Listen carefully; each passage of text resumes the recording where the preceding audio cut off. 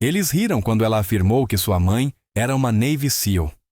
A audiência deveria ser privada, mas de alguma forma 200 pessoas lotaram o centro comunitário para assistir à sua humilhação.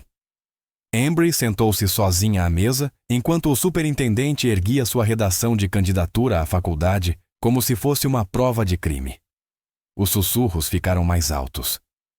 Mentirosa patológica, alguém disse sem se preocupar em abaixar a voz.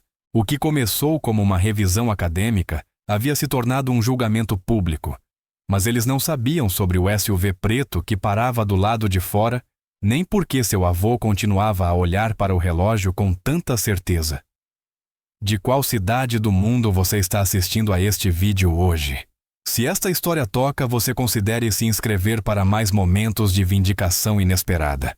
As luzes fluorescentes do centro comunitário do condado de Mercer zumbiam acima, enquanto Embry Callister, de 16 anos, sentava-se sozinha à mesa, sua postura ereta como a de um militar, apesar do leve tremor em suas mãos. A quadra de basquete convertida havia sido organizada como uma sala de tribunal com a figura imponente do superintendente Lowell Hargrove, centralizada atrás de uma mesa elevada, ladeada por 4 membros do Conselho de Educação.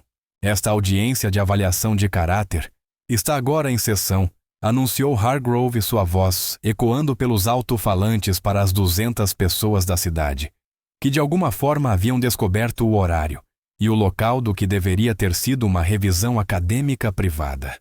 Estamos aqui para tratar de preocupações em relação ao material de candidatura universitária de Embry, especificamente sua redação pessoal que contém.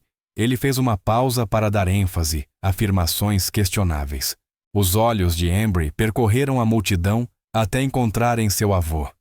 O coronel aposentado Thaddeus Callister sentava-se na última fila, coluna ereta, expressão indecifrável sob o cabelo grisalho cortado curto. Ele ofereceu um aceno quase imperceptível, seu sinal particular desde a infância. Fique firme e não revele nada. A senhora Winslade aproximou-se do microfone segurando papéis com uma relutância visível em sua expressão tensa. A professora de inglês fora a primeira a ler a redação de Embry, a primeira a questionar sua autenticidade, e agora parecia dividida entre a obrigação profissional e um crescente desconforto. Pediram-me para ler trechos da redação da senhorita Callister, começou a voz vacilante. Enquanto outras mães participavam das reuniões da Associação de Pais e Mestres, a minha estava destacada com o Grupo de Desenvolvimento de Guerra Especial Naval. Enquanto outras mães ensinavam suas filhas a assar bolos, a minha me ensinava a nadar com pesos nos tornozelos e aprender a respiração por 3 minutos. Minha mãe, a comandante Zephyr Callister, esteve entre as primeiras mulheres a completar o treinamento SEAL, embora sua existência permaneça classificada. Murmúrios percorreram a sala e alguém riu com desdém. Já basta, senhorita Winslade, interrompeu Hargrove. Dr. Fleming, sua avaliação profissional. O psiquiatra da cidade ajustou os óculos com precisão ensaiada. Acredito que estamos testemunhando um caso clássico de formação de fantasia compensatória. Dada a longa ausência da mãe, Embry construiu uma realidade alternativa, elaborada na qual o abandono materno é reinterpretado como serviço heróico. Eu não fui abandonada, disse Embry, a voz baixa, mas clara. E eu não menti. Então talvez você possa explicar isto. Hargrove exibiu um documento com aparência oficial. O registro de serviço naval de sua mãe obtido por canais adequados. Zephyr Callister, especialista administrativa em instalação de apoio naval, dispensa honrosa há 8 anos. Nenhuma anotação sobre operações especiais. Nenhum deslocamento para a zona de combate. O rosto de Embry permaneceu impassível, embora algo tenha cintilado em seus olhos. Esse é o registro de cobertura dela. A risada começou baixa e depois se espalhou como fogo. Registro de cobertura? Repetiu Hargrove, sorrindo de leve. Como nos filmes de espionagem, os protocolos de inteligência exigem. Vamos continuar. Hargrove a interrompeu. Coronel Callister, como guardião de Embry, e pai de Zephyr. O Senhor gostaria de esclarecer esta situação. Todos os olhos se voltaram para o velho soldado que permaneceu sentado. Não tenho nada a acrescentar à declaração da minha neta. Nada a acrescentar ou nada a corrigir? Pressionou Hargrove. O coronel olhou para o relógio. Nada a acrescentar neste momento. No silêncio desconfortável que se seguiu, Embry fechou os olhos brevemente, lembrando-se das ligações telefônicas à meia-noite durante a infância. A voz da mãe frequentemente distorcida às vezes, falando no código que haviam desenvolvido. A sereia nada à meia-noite. A águia retorna ao amanhecer. Frases infantis que significavam: estou viva. Estou pensando em você. Voltarei para casa algum dia. Se me permitem, o prefeito Sutcliffe se levantou endireitando a gravata. Dada a gravidade de falsificar serviço militar, talvez Embry possa nos esclarecer sobre as supostas missões secretas de sua mãe. E assim começou. As perguntas tornaram-se mais incisivas, a descrença mais palpável a cada resposta. Embry respondia com precisão, quando podia permanecia em silêncio, quando não podia exatamente como sua mãe lhe ensinara. Do lado de fora, despercebido pela multidão ávida por escândalo, um SUV preto com placas do governo parou atrás do centro comunitário. O relógio na parede marcava 15h47. O coronel Thaddeus Callister conferiu seu próprio relógio novamente. 15h47. Sua expressão permaneceu neutra, mas seus olhos agora carregavam algo novo, antecipação. Na segunda hora da audiência, a pretensão de preocupação educacional havia desaparecido completamente. O que restava era puro espetáculo público. Uma comunidade unida em sua certeza de que a garota quieta e estranha da periferia finalmente revelara a profundidade de sua ilusão. Então esses mergulhos à meia-noite supervisionados por sua mãe, continuou o prefeito Sutcliffe, mal conseguindo esconder o divertimento. Eram treinamento para quê exatamente? Para sua futura carreira como Navy SEAL. Técnicas de recuperação para inserções aquáticas. Embry respondeu mecanicamente, o cansaço evidente em sua voz. E não, eu não pretendo seguir o caminho dela. Decisão sábia, alguém gritou do fundo, provocando outra onda de risadas. Warren Pike moveu sua cadeira de rodas até a área designada para comentários públicos, as medalhas em seu boné de veterano do Vietnã, brilhando sob as luzes. Seu rosto marcado pelo tempo mostrava crescente inquietação ao longo da sessão, mas sua voz trazia a firmeza de quem já esteve em combate. Tenho algumas perguntas sobre essas chamadas operações SA, anunciou. Qual é o protocolo adequado para assaltos Halo versus Arrow? Os olhos de Embry encontraram os dele. High Altitude. High Opening exige a abertura do paraquedas logo após sair da aeronave, criando distância entre o ponto de salto e a zona de pouso. High Altitude Low Opening significa queda livre até aproximadamente 600 metros antes da abertura, oferecendo menos tempo de dossel e maior precisão. As sobrancelhas de Pike se ergueram levemente. Checagem de equipamento antes de infiltração aquática. Embry recitou sem hesitar. Verificação do rebreather. Integridade do traje seco. Teste de comunicações. Impermeabilização das armas.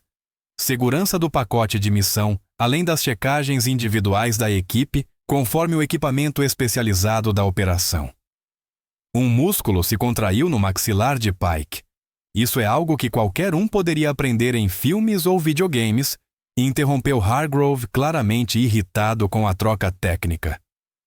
Doutor Fleming, esse nível de fantasia detalhada seria consistente com o seu diagnóstico. O psiquiatra assentiu de modo ponderado. Quanto mais elaborada a fantasia, mais o sujeito investe em manter sua integridade. Preocupa-me especialmente a especificidade. Isso sugere que Embry tem cultivado essa narrativa por anos. A câmera de um celular disparou um flash. Outro sussurrou mentirosa, patológica, alto o suficiente para ser ouvido. A senhorita Winslet, cada vez mais desconfortável, tentou intervir. Talvez devêssemos focar nos aspectos acadêmicos. Acho que precisamos abordar a questão central. Rebateu Hargrove, retirando uma fotografia de sua pasta. Ele a ergueu para que todos vissem uma mulher em uniforme naval, azul padrão, sua semelhança com Embry, inconfundível apesar da data de mais de uma década atrás. Esta é a foto oficial de serviço de Zephyr Callister. Não é exatamente material de Seal, não é? A risada que se seguiu teve um tom cruel. Pela primeira vez, a compostura de Embry se quebrou. Vocês não sabem nada sobre ela. Sabemos que ela não está aqui, disse Hargrove, com falsa simpatia. Sabemos que ela não compareceu a uma única reunião de pais e mestres, ou evento escolar em toda a sua carreira no ensino médio. Sabemos que inventar serviço militar não é apenas desonesto, mas desrespeitoso com verdadeiros membros das Forças Armadas, como o Sr. Pike. A expressão de Pike escureceu, mas ele permaneceu em silêncio observando Embry com nova intensidade. Ao longe, o som abafado de rotores de helicóptero batia contra o ar da tarde, mas a plateia estava absorvida demais no drama para perceber. O coronel Callister conferiu o relógio novamente. 16h13. Deixe-me ser claro, continuou Hargrove, aquecendo-se em seu papel de autoridade moral. Esta audiência não é sobre punição. É sobre garantir que você receba a ajuda de que precisa. O Dr. Fleming recomendou terapia intensiva e o conselho está preparado para alterar seu histórico acadêmico, para reduzir o impacto desta situação lamentável. Smartphones surgiram por toda a multidão, prontos para registrar o que viesse a seguir. A humilhação de Embry havia se tornado o entretenimento do dia, com clipes já circulando nas redes sociais locais, com legendas zombeteiras. O som do helicóptero ficou mais alto, e então cessou abruptamente. Ela disse que um dia eu entenderia por que não podia estar aqui. Disse Embry finalmente, a voz embargada. Que um dia eles saberiam que ela existia. Ben Hargrove inclinou-se para a frente sentindo a vitória. Onde ela está então? Onde está essa mãe fantasma sua? As portas do centro comunitário se abriram com precisão ensaiada, as dobradiças hidráulicas sibilando em perfeita sincronia. A conversa morreu instantaneamente. 6 figuras em uniformes de combate naval entraram em formação perfeita, botas batendo no linóleo em cadência medida. Seus rostos não traíam nada, nem raiva, nem julgamento, apenas a presença focada de operadores, acostumados a ambientes de alto risco. O tridente de guerra naval em seus uniformes reluzia sob as luzes fluorescentes. No centro deles, caminhava a comandante Zephyr Callister. Aos 42 anos, ela se movia com a prontidão contida de quem passou décadas em ambientes onde hesitar significava morte. Seu cabelo escuro estava preso em um coque regulamentar. O uniforme era adornado com fitas e insígnias que apenas algumas poucas pessoas na sala poderiam identificar corretamente. Seus olhos, réplicas exatas dos de Embry, percorreram a sala uma vez antes de se fixarem no rosto da filha. O reconhecimento surgiu primeiro no semblante de Warren Pike. Seu corpo reagiu antes que sua mente processasse o que via. A coluna se endireitou e a mão direita ergueu-se em uma saudação perfeita, apesar de anos em uma cadeira de rodas. Zephyr o reconheceu com um leve aceno antes de continuar em direção à frente da sala, sua equipe avançando ao redor dela com precisão sincronizada. A multidão abriu caminho instintivamente e as conversas cessaram no meio das palavras. A boca de Hargrove abriu e fechou sem emitir som. Sem dizer nada, Zephyr colocou uma pasta classificada sobre a mesa de Hargrove. A borda vermelha e os selos executivos eram inconfundíveis. Ela a abriu com movimentos deliberados, revelando documentos que, mesmo à distância, estavam claramente marcados com vários níveis de classificação de segurança. Estes foram desclassificados às 06h desta manhã, disse ela, a voz firme alcançando todos os cantos da sala subitamente silenciosa. Era a primeira vez que falava, e a autoridade em seu tom não deixava espaço para interrupções. A equipe espalhou-se pelo ambiente, posicionando-se em pontos estratégicos, enquanto Hargrove encarava o conteúdo da pasta Relatórios de Missão com trechos censurados, elogios presidenciais, fotografias de Zephyr com 3 administrações diferentes e citações operacionais com mais texto coberto do que visível. O documento final trazia o selo presidencial, uma ordem executiva assinada naquela manhã, desclassificando o registro de serviço de Zephyr e reconhecendo a existência de uma unidade especializada de operadoras femininas ativa por 15 anos. O coronel Thaddeus Callister finalmente se levantou, sua voz carregando o peso de décadas de serviço militar. Minha filha não pôde se defender, mas garantiu que a dela não sofresse o mesmo silêncio. Hargrove recuperou a voz, agora adoçada por um respeito súbito. Comandante Callister, se soubéssemos. Zephyr o silenciou com a mão erguida. Quando falou novamente, suas palavras foram medidas e precisas. Minha filha mostrou mais coragem nesta sala do que eu já vi em algumas zonas de combate. Ela disse a verdade quando mentir teria sido mais fácil. Ela se voltou para a plateia, o olhar percorrendo as mesmas pessoas que minutos antes riam de sua filha. Por 15 anos, servi em operações que exigiam que minha existência permanecesse classificada. Isso significou perder aniversários, eventos escolares e momentos comuns que a maioria considera garantidos. Significou que minha filha carregou uma verdade que não podia compartilhar, mesmo quando compartilhar seria mais fácil. Warren Pike avançou em sua cadeira de rodas, o rosto marcado pelo tempo tenso de emoção. Servi por 30 anos e nunca soube, disse ele dirigindo-se ao público. Alguns de vocês riram desta garota. Quero que essas pessoas olhem para as medalhas no uniforme da comandante Callister e me digam o que fizeram que lhes dá esse direito. Ninguém respondeu. A senhorita Winslet avançou pegando a redação de Embry da mesa onde fora deixada como prova de culpa. Ela a devolveu com as mãos levemente trêmulas. Isto merece mais que um "ah", disse baixinho. Isto merece ser ouvido. Embry se levantou as pernas instáveis após horas sentada sob escrutínio. Quando finalmente alcançou a mãe, o abraço delas falou de anos de ausência condensados em um único momento. Desculpe por ter demorado tanto para voltar para casa. Zephyr sussurrou contra os cabelos da filha. Hargrove tentou uma última afirmação de autoridade. Esta reunião está encerrada, declarou o coronel Callister com firmeza. A equipe SEAL formou um corredor de honra, enquanto Embry Zephyr e o coronel Thaddeus saíam do centro comunitário, deixando para trás uma sala cheia de pessoas, confrontando sua vergonha coletiva.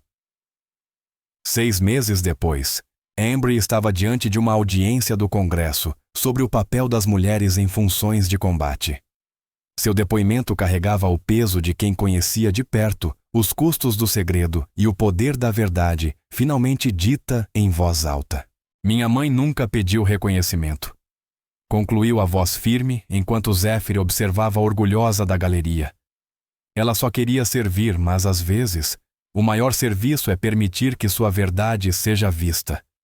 Não por glória, mas para que outros saibam que não estão sozinhos em suas próprias verdades.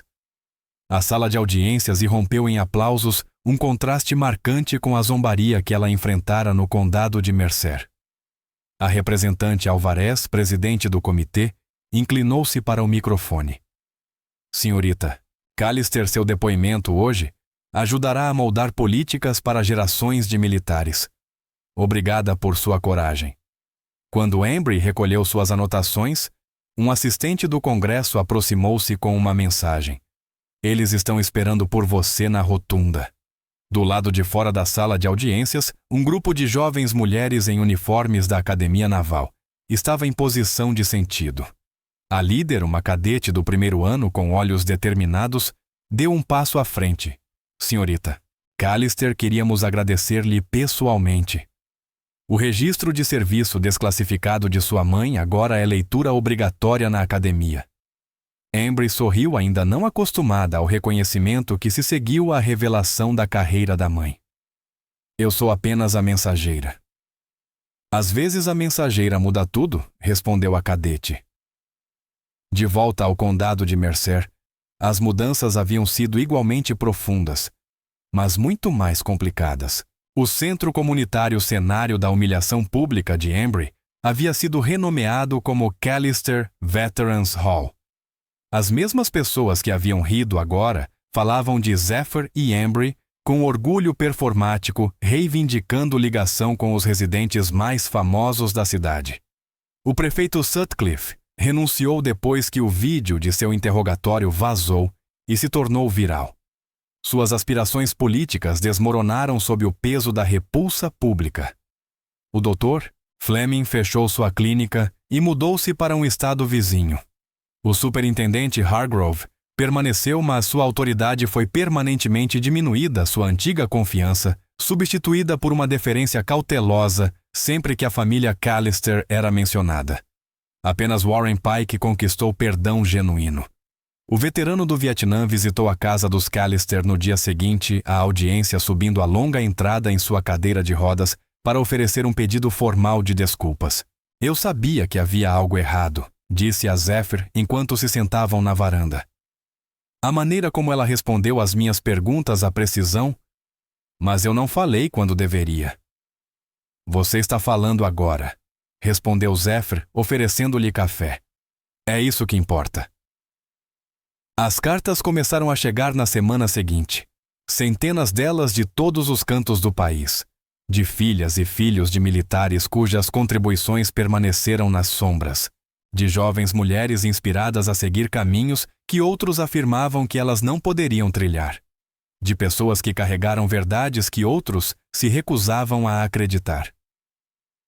O coronel Thaddeus transformou seu escritório em uma sala de correspondência improvisada, organizando cuidadosamente cada carta por localização e tema.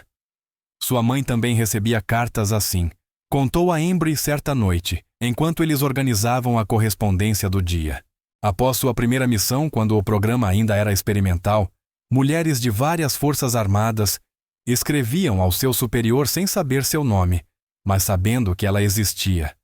Ela chegou a lê-las alguma vez? Perguntou Embry. Anos depois, quando certos aspectos foram desclassificados, respondeu o coronel.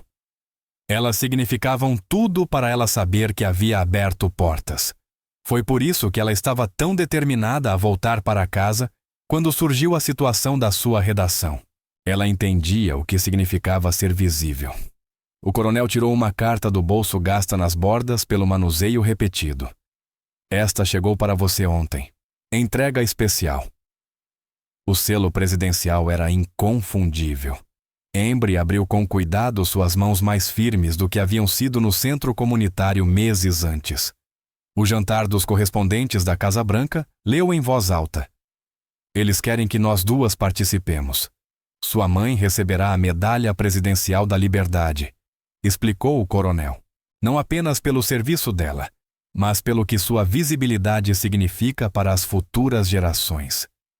Naquela noite, Embry se sentou no telhado do lado de fora da janela do quarto. Um hábito de infância de anos, escaneando o horizonte em busca de sinais do retorno da mãe.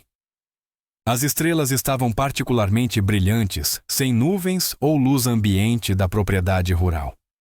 Passos sobre as telhas anunciaram a chegada de Zephyr. Sem dizer nada, ela se acomodou ao lado da filha, seus ombros se tocando. Você sente falta disso? Perguntou Embry finalmente. Das operações da equipe. Zephyr considerou a pergunta com a mesma deliberação que aplicava a tudo. Sinto falta da clareza, admitiu. Do propósito. Mas não sinto falta da ausência. 15 anos sendo um fantasma na sua vida foi um preço alto demais. Valeu a pena. O que você conquistou? As missões. Sim, a maioria delas, disse Zephyr. A base para mulheres em operações especiais. Absolutamente. Mas o custo para você? Ela fez uma pausa, encontrando a mão da filha na escuridão. Ainda estou calculando essa dívida. Não há dívida, disse Embry firmemente. Você fez o que acreditava ser certo. Eu também. Abaixo delas, um carro entrou na longa entrada, os faróis varrendo a propriedade. O coronel Thaddeus apareceu na varanda, sua postura se endireitando automaticamente, apesar da idade e da hora avançada. Mais repórteres, suspirou Zephyr. Eles são persistentes. Este é diferente, disse Embry, reconhecendo o carro. É a senhorita Winslet. A professora de inglês havia sido a primeira da escola secundária de Mercer County a se desculpar, devolvendo a redação de Embry com um A+ e uma nota manuscrita de contrição. Diferente de outros na cidade, seu remorso parecia genuíno, sem se complicar por interesse próprio ou por proteger a reputação. Ela tem me ajudado a revisar meu livro, explicou Embry. Aquele sobre as filhas de militares com serviço classificado. Existem mais de nós do que alguém imaginava. As sobrancelhas de Zephyr se ergueram. Livro. Quando isso aconteceu? Perguntou Zephyr. Depois que o terceiro editor ligou, respondeu Embry com um pequeno sorriso. Aparentemente, minha redação de faculdade tem potencial comercial. Elas observaram enquanto o coronel cumprimentava a senhorita Winslet, conduzindo-a para dentro com a cortesia formal que caracterizava todas as suas interações. Tenho pensado no seu futuro, disse Zephyr com cuidado. Ao ouvir isso, Embry ficou levemente tensa. Planos para o futuro sempre haviam sido um ponto delicado antes da revelação, já que a ausência da mãe tornava difíceis as conversas de longo prazo. Fui aceita em Georgetown, ela lembrou Zephyr. Ciência política com especialização em estudos estratégicos. Eu sei sua carta de aceitação está emoldurada nos meus aposentos, disse Zephyr. Mas existe outra opção se você tiver interesse. A academia fez um convite. Academia Naval. Eu nunca me inscrevi. Não seria uma inscrição tradicional, mas uma nomeação especial, com base em aptidão comprovada e qualificações únicas, explicou Zephyr. Sem pressão de qualquer forma. Seu avô quase engasgou quando mencionei. Disse que um legado militar já era suficiente. Embry riu, imaginando a reação do coronel. Em seguida, ficou séria. Você quer que eu aceite? Quero que você escolha seu próprio caminho, disse Zephyr com firmeza. É por isso que voltei. Por isso insisti na desclassificação, mesmo que isso significasse o fim das operações de campo para mim. Para que você possa fazer escolhas com todas as informações, não apenas fragmentos. Lá embaixo, a voz da senhorita Winslet subiu até elas. Embry, o editor, ligou. Eles querem antecipar a data de lançamento. Devemos descer, disse Embry, mas permaneceu sentada relutante em encerrar aquele raro momento de conexão silenciosa.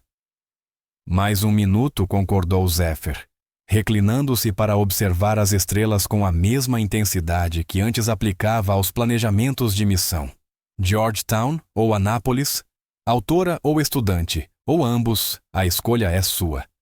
Mas seja qual for sua decisão desta vez, estarei visível. Presente. Promete? Perguntou Embry de repente, soando mais jovem que seus 17 anos. Pelo meu tridente, disse Zephyr solenemente, invocando o símbolo Seal que representava tudo o que ela havia conquistado e sacrificado. Sem mais fantasmas nesta família. Na piscina comunitária do condado de Mercer, naquele verão, Embry ensinava meninas mais novas a nadar com pesos nos tornozelos, enquanto sua mãe observava das arquibancadas. A mesma comunidade que antes a ridicularizara, agora assistia em silêncio respeitoso, enquanto a comandante Zephyr Callister compartilhava dicas ocasionais de técnica. Sua presença já não era segredo. Sua competência já não era negada. Certa tarde, Warren Pike entrou com sua cadeira de rodas no deck da piscina, acompanhado de sua neta, uma garota séria de 9 anos com olhos determinados. Comandante Callister disse formalmente a Skylar. Tem perguntado sobre entrar na aula especial de natação. Zephyr avaliou a menina com um olhar profissional. É um treinamento exigente, Sr. Pike, não recreativo. Eu aguento exigência, disse Skylar, erguendo o queixo em uma imitação inconsciente da postura de Embry durante a audiência. Quero aprender tudo. Embry encontrou o olhar da mãe do outro lado da piscina, uma pergunta silenciosa passando entre elas. Zephyr assentiu uma vez. Amanhã de manhã às 5h, disse Embry para Skylar. Não se atrase. Quando Pike se afastou, parou ao lado de Zephyr. Eles estão construindo uma estátua sua, sabia, para o memorial de veteranos. Zephyr fez uma careta. Desnecessário. Talvez reconheceu Pike. Mas as meninas como Skylar, aquelas que observam você e sua filha, elas precisam ver que é possível, que o caminho existe mesmo quando dizem que não. Do outro lado da cidade, no que antes fora o edifício cívico Sutcliffe, e agora era o escritório de assuntos de veteranos, o coronel Thaddeus Callister sentava-se em frente à senhorita Winslet, revisando o manuscrito que havia crescido a partir da redação universitária de Embry, até se tornar um relato abrangente das famílias militares vivendo sob restrições de sigilo. Ela tem a sua franqueza, observou a professora, observando a expressão do coronel enquanto ele lia, e a precisão da mãe dela. Ela tem a própria voz, corrigiu o coronel gentilmente. Sempre teve mesmo quando ninguém estava ouvindo. O capítulo final do manuscrito incluía depoimentos de dezenas de filhos de militares com serviço classificado. Suas experiências finalmente validadas, suas histórias emergindo das sombras impostas. A página de dedicatória trazia uma inscrição simples para aqueles que carregaram verdades que outros não estavam autorizados a ouvir. A verdade, uma vez revelada, havia mudado mais do que apenas a história de Embry. Mudou o que as pessoas acreditavam ser possível. Na véspera do jantar dos correspondentes da Casa Branca, Embry estava no quarto de hóspedes da suíte do hotel em Washington, D.C., observando seu reflexo no espelho de corpo inteiro. O uniforme azul marinho que havia sido entregue naquela manhã lhe caía perfeitamente, embora ela não tivesse enviado nenhuma medida. O escritório de ligação militar presidencial tinha recursos e métodos que permaneciam classificados mesmo nesta nova era de transparência. Está adequado? Perguntou ela quando a mãe entrou no quarto. Não sou alistada nem comissionada. Zephyr, deslumbrante em seu próprio uniforme de gala com fileiras de fitas e insígnias, aproximou-se para ajustar a gola de Embry. O presidente pediu especificamente isso. Um uniforme honorário para a filha de uma destinatária da Medalha da Liberdade. Sem precedentes, mas afinal nossa situação também é. O coronel Thaddeus apareceu na porta, seu uniforme de gala meticulosamente passado, apesar de ter décadas de uso. O carro chega em 15 minutos, anunciou a voz levemente embargada, ao ver filha e neta em trajes navais combinando. Eles esperam uma presença significativa da mídia. Quando não esperam? Murmurou Embry, pensando nos jornalistas que haviam acampado em frente à casa deles no condado de Mercer, por semanas após a audiência, desesperados por conteúdo exclusivo sobre a operadora SEAL, cuja existência ficara classificada por 15 anos. O semblante do coronel suavizou. Desta vez é diferente. Agora vocês duas controlam a narrativa. Controle tinha sido a palavra-chave nos meses que se seguiram à saída dramática do centro comunitário. Zephyr insistira em um gerenciamento estratégico de sua visibilidade repentina, aplicando à mídia a mesma precisão tática que antes usava em operações de combate. Nada de entrevistas não planejadas, nenhuma declaração reativa, apenas aparições cuidadosamente coordenadas que avançavam objetivos específicos sobre mulheres em operações especiais. O Pentágono inicialmente resistira ao nível de divulgação que Zephyr exigia, mas o fascínio público por sua história forçou uma cooperação sem precedentes. O que começou como contenção de danos evoluiu para uma campanha coordenada de reconhecimento das contribuições das mulheres em funções militares classificadas. Sua antiga equipe estará lá esta noite, comentou o coronel de modo casual, embora a importância da afirmação estivesse longe de ser trivial. Todos os 5 confirmaram, perguntou Zephyr, o tom neutro, mas Embry percebeu a emoção por trás. Afirmativo. Primeira aparição pública como unidade completa. O presidente quer uma foto, respondeu o coronel. Claro que quer, disse Zephyr com ironia. Ano de eleição. Embry alisou o casaco os dedos percorrendo a insígnia honorária criada especialmente para a ocasião. Warren Pike vai estar lá. A fundação dele recebeu um convite. O Veterans Visibility Project que Pike criou após a audiência ganhou atenção nacional oferecendo recursos para militares em transição de funções classificadas para públicas. O que começou como expiação pessoal por não ter apoiado você evoluiu para uma rede de apoio em todo o país. Ele estará sentado em nossa mesa, confirmou o coronel junto com aquela professora de inglês sua. Senhorita Winslet corrigiu Embry automaticamente. Ela tem um nome vovô. O canto dos lábios do coronel se moveu em algo que poderia ser um sorriso. De fato ela tem. Assim como os 17 editores que estão disputando os direitos do seu livro. Segundo a última atualização dela, o manuscrito que cresceu a partir da sua redação universitária gerou uma inesperada guerra de lances entre grandes editoras competindo pelo relato em primeira pessoa de como é ser filha de uma operadora classificada. Embry havia insistido que os lucros fossem direcionados a bolsas de estudo para filhos de militares de operações especiais, decisão que só aumentou o interesse da mídia em sua história. Uma batida suave na porta do quarto de hotel interrompeu a conversa.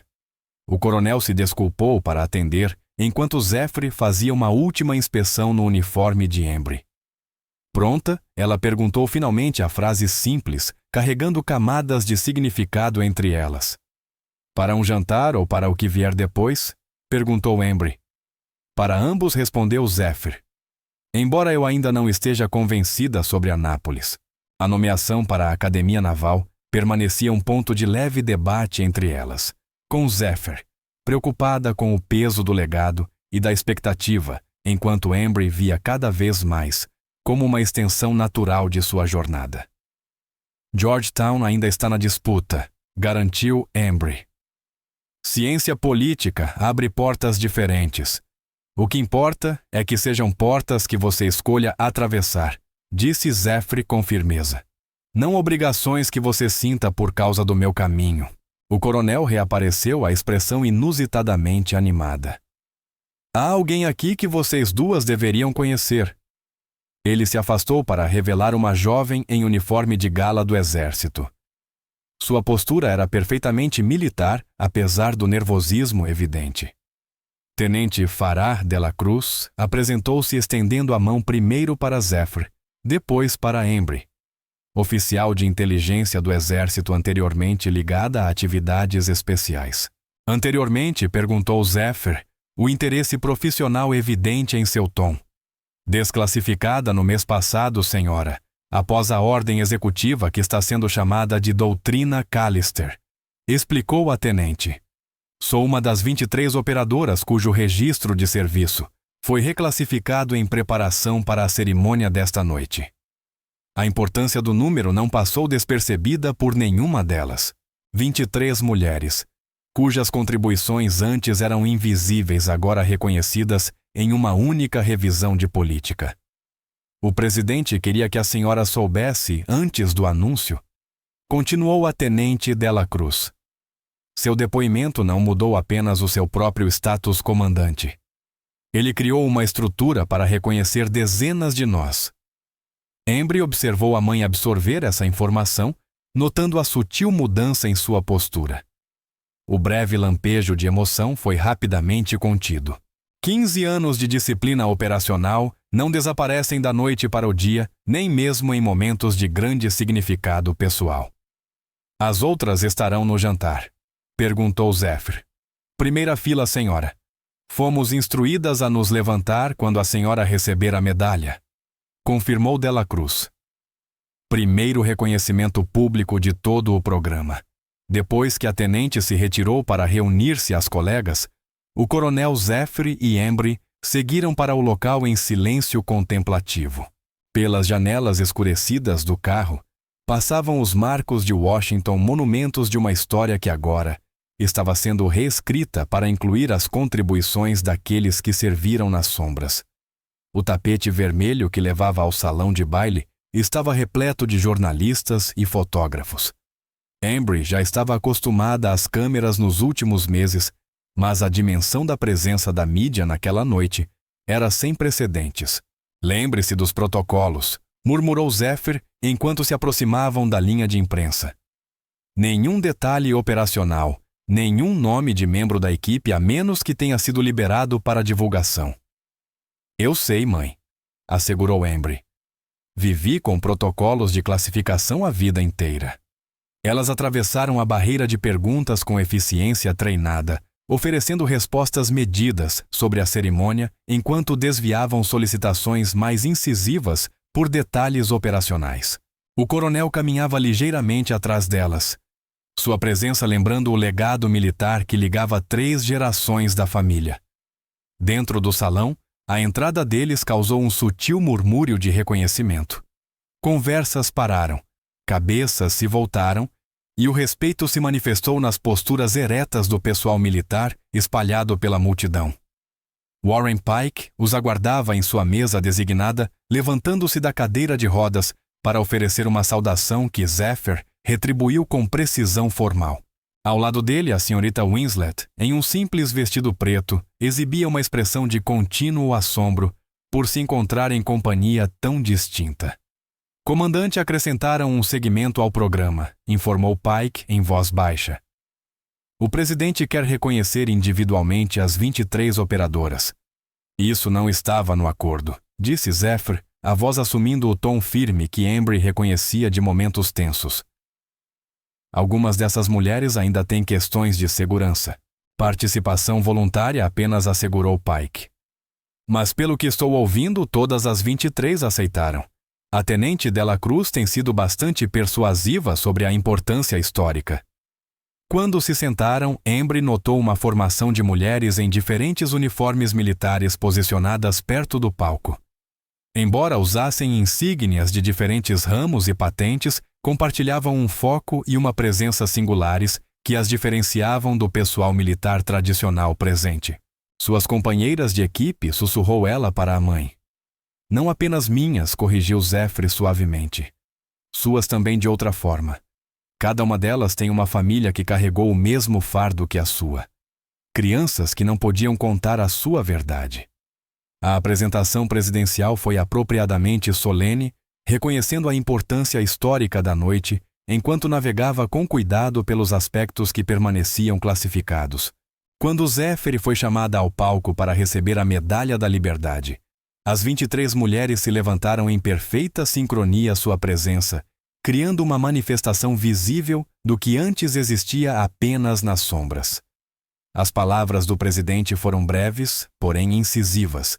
"Hoje reconhecemos não apenas um serviço extraordinário, mas um sacrifício extraordinário, não apenas da comandante Callister, mas de sua família que carregou verdades classificadas, sem o apoio ou reconhecimento que seu sacrifício merecia." Quando Embry foi inesperadamente convidada a se juntar à mãe no palco, os aplausos se intensificaram. O simbolismo não passou despercebido, mãe e filha lado a lado, após anos de separação forçada e segredo. A cerimônia terminou com a introdução formal do ato de reconhecimento histórico das operações especiais femininas, legislação, que criaria mecanismos permanentes para reconhecer as contribuições de operadoras mulheres, enquanto preservava os protocolos de segurança necessários. Mais tarde naquela noite, quando a parte formal do programa deu lugar ao jantar e à socialização moderada, Embry foi abordada por jovens mulheres em uniformes de academias militares, assistentes do Congresso e funcionárias júniores, todas atraídas por sua perspectiva única sobre um mundo que lhes fora invisível semanas antes. "Valeu a pena?", perguntou diretamente uma cadete da Academia Naval. "Os anos de segredo, a descrença, o isolamento." Embry refletiu sobre a pergunta enquanto observava a mãe do outro lado do salão, agora cercada por suas ex-companheiras de equipe, cuja presença coletiva impunha uma distância respeitosa até dos jornalistas mais insistentes. Eu costumava fazer a mesma pergunta a ela, admitiu Embry, se as missões justificavam a ausência, se as conquistas classificadas compensavam os momentos perdidos. E o que ela dizia? Insistiu a cadete. Que esse cálculo era impossível.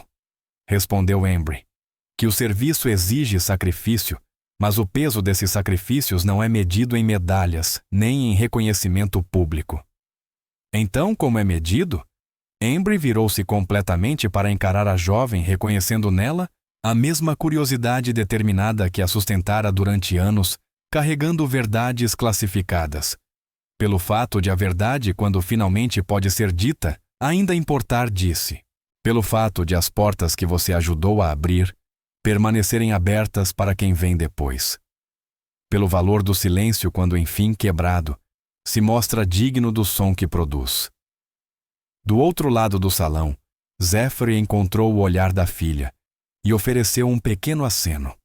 O mesmo sinal que haviam trocado no centro comunitário meses antes, mas agora com um significado diferente. Não fique firme, e sim muito bem feito.